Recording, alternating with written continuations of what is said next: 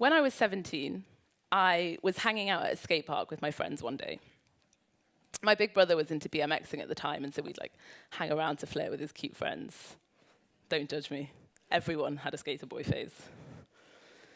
So I'm at this skate park, and I was sitting perched up on a bench, tight jeans on, cute little top, hair flowing in the wind. I was feeling pretty good about the situation. But the skate park also happened to be next to our local mosque. And on this particular Friday, my dad had decided to stop by and say hello after prayers. You know what's up. And as he walked into the skate park and his head started to turn in my direction, by some miracle, I'd spotted him first. And I took 2 huge leaps, and I moved faster than I have ever moved to date. And I jumped off the bench and dove headfirst into the bush. And as I was lying in this bush and I was trembling, trying to catch my breath, praying to God that my dad hadn't seen me, because I didn't have my headscarf on. The headscarf that both my parents believed I wore, but more often than not, I would take off and hide in my bag the minute I got around the corner of my house. And I was lying in this bush, with twigs in my face and mud in my mouth, and it occurred to me at that moment that thousands of other girls and boys were in the exact same situation as me. Not necessarily hiding in a bush because it's ridiculous behavior, but hiding something or some part of their lives from their parents and their Muslim communities. And as we grew, the things we hid changed. It went from hiding headscarves in your handbag to hiding boyfriends under the bed, to creeping out to go clubbing, or trying to creep in drunk without ever letting anyone know you were drunk. We hid mini skirts and revealing outfits in the back of our wardrobes and tattoos on parts of our bodies we hoped our parents would never see. Sometimes, we even hid our own religion as bombs started ricocheting around the world and Taliban and ISIS became synonymous with Islam and Muslim. And the hiding things isn't the problem. We all hide things, from parents and peers and colleagues. I've never met a single person who didn't hide something from their parents growing up. Admittedly, it might not have been a boyfriend under the bed, but they did hide things. The problem is why we feel compelled to hide these things in the first place. The problem is we've created a world full of types and binary individuals, and we expect everyone to exist solely within the narrow confines of that type. And if they don't have a place. They don't belong. And all any of us want is to belong.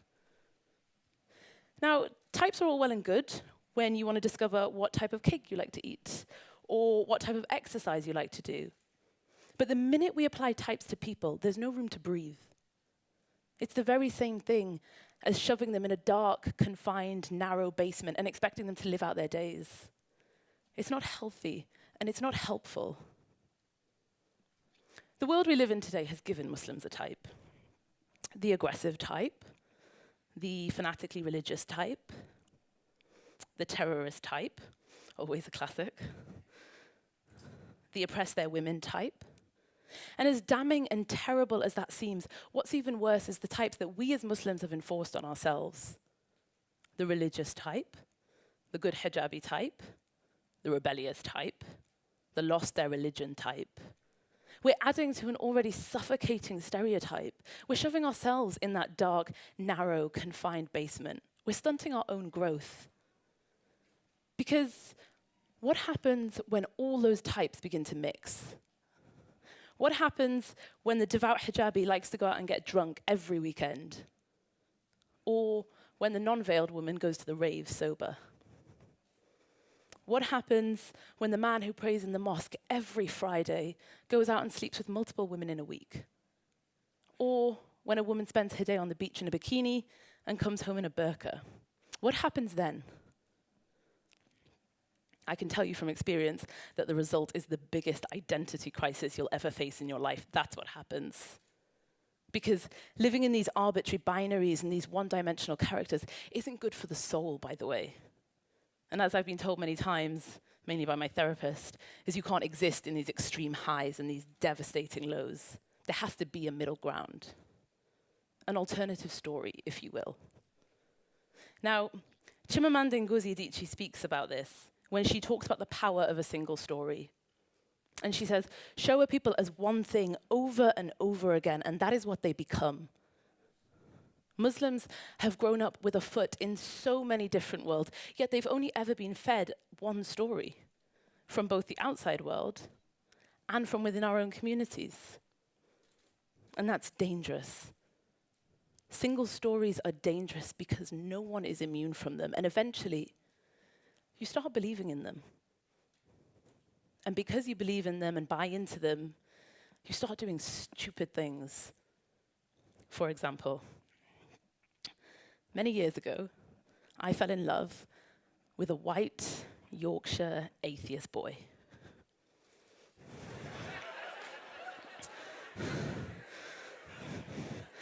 I mean, she also knows. She knows what's up.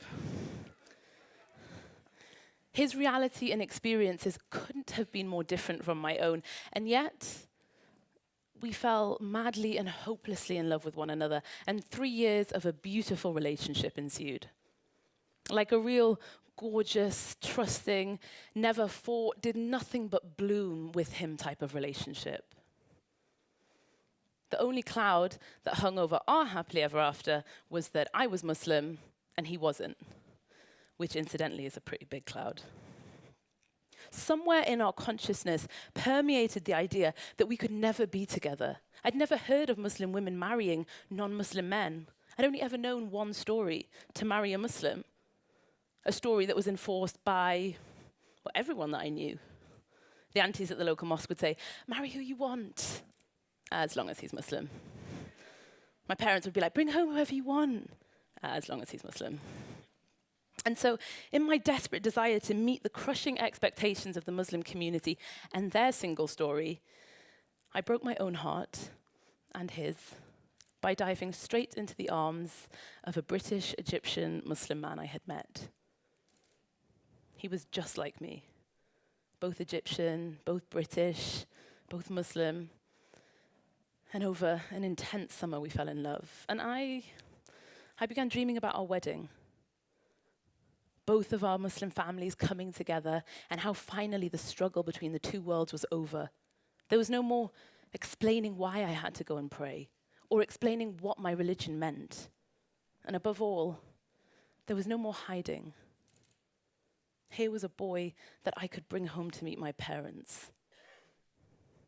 I was done. I was whole, entire. I was complete. Except, as we all know, any story in which a woman says she's complete on account of a man is never going to end well. And naturally, mine was no exception. As our relationship progressed over the years, it turned out he was exceptionally abusive, both physically and mentally. I remember him screaming at me one night that I was a whore because I'd been with a man before him, that he didn't know how he could let a woman like me be the mother of his children. And I, so desperate to fulfill this story and be with a Muslim man, I turned myself inside and out for him. I stopped talking to some of my male friends. I stopped talking to my best friend. I replaced the kisses at the end of text messages with a platonic smiley face instead. I drifted away from anything that might irritate him. I stayed up late at night sewing up the middle of my clothes because they showed too much cleavage. To this day, I have a real problem showing any cleavage at all because it has so long been associated with anger. It got worse, as these things do, and I still didn't leave him, still desperate to fulfill this single story, still trapped by the hold that it had on me. Eventually, he left me. He left me, and 4 months later, he was married. Married to a Muslim woman who wore a headscarf, fulfilling his own stereotype on what he thought Muslim men and women should be. And the problem with all of this is that the single story I had been fed became my reality, and it forced me to turn myself into someone I didn't like or recognize in an attempt to become what I thought I was supposed to be. And we have to stop doing that. Because we have to be able to look outside of those single stories. Because the truth is, Muslims are all over the globe, and they are and always have been multifaceted and layered and complex and contradictory. But now we have a new generation of Muslims who are refusing to work in those limited extremes. Which is not to say that we have a new generation of Muslims that are not religious. There's a big difference. When telling stories like my own, people often blame religion, forgetting centuries of cultural implications and traditions that have become tangled with theology. I'm often asked the question, are you religious? Mainly by men I'm on dates with as they try to gauge just how far their charm will get them that night. Or if I'm out in a revealing dress, bearing my flesh for the world to see, they'll say, you're not religious, are you? As if religious is the very worst thing to be. I promise you, there's worse afflictions. And I always give it a minute before responding, mainly to try and pray for some kind of patience. And I say, well, what do you mean? And then they say, well, you don't pray or go to church or whatever your version is. Cue more praying for patience, divine intervention, whichever one comes first. And I tell them, well, actually, I do pray every night, and I go to mosque, and I fast once a year for a month, and yeah, I'm pretty religious. And then they tell me, well, you don't look like a Muslim. Again, more praying for patience, and even I realize the irony of praying for patience while someone is trying to determine just how religious you are. And I tell them, well, I used to wear a headscarf, because there was a period of time when I wasn't shoving it in my bag, and I loved wearing it, for 6 years actually. I tell them that my mum wears a headscarf, and she doesn't look anything like me in the way that she dresses, and we're both pretty religious. Honestly, I could write a book on all the things I've been asked over the years every time I present myself as Muslim. Everything from whether I knew Osama bin Laden to whether I know what ISIS are going to do next. Because naturally, I'm involved in their weekly strategy meetings. Or if I'm being forced to have an arranged marriage. And you might laugh and think, some people are so stupid. And you're right. Except this isn't some people, and they're not that stupid. They've merely been given access to one type of Muslim, and that's all they know. And we've all had a hand in constructing those types. We're all to blame. Because the narrative of a typically oppressed Muslim appeals to the educated elite in the Western world. It keeps us all in these manageable boxes, and that discourse in turn limits us in what we can do. On the other hand, the saint or sinner dichotomy is appealing to Muslims because it means you don't have to navigate modernity and God. Because actually figuring out how you take God on your journey in a modern world is hard. And so we've avoided it altogether and stayed in our own self-contained boxes. But the boxes have got to go. Because multiple stories do exist. And I know this, for I live them, and I live them with my peers. It's just we're not giving a voice to them. So I'm asking you to think again about what it means to be Muslim today. Because the truth is, we're all over the globe, and we're in hundreds and thousands of stories. We're the ones who partied every damn night, who got drunk and went to mosque hungover. We're the ones who went on pilgrimage and were drenched in worship. We're the ones who hopped from bed to bed and spoke to God about it the whole time. We're the ones who wore headscarves and veils and held on to our virginity until the wedding night. We're the ones who had abortions and babies out of wedlock. We're the Muslim girls who fell in love with girls and the Muslim boys who fell in love with boys. We're the ones who didn't understand ISIS either.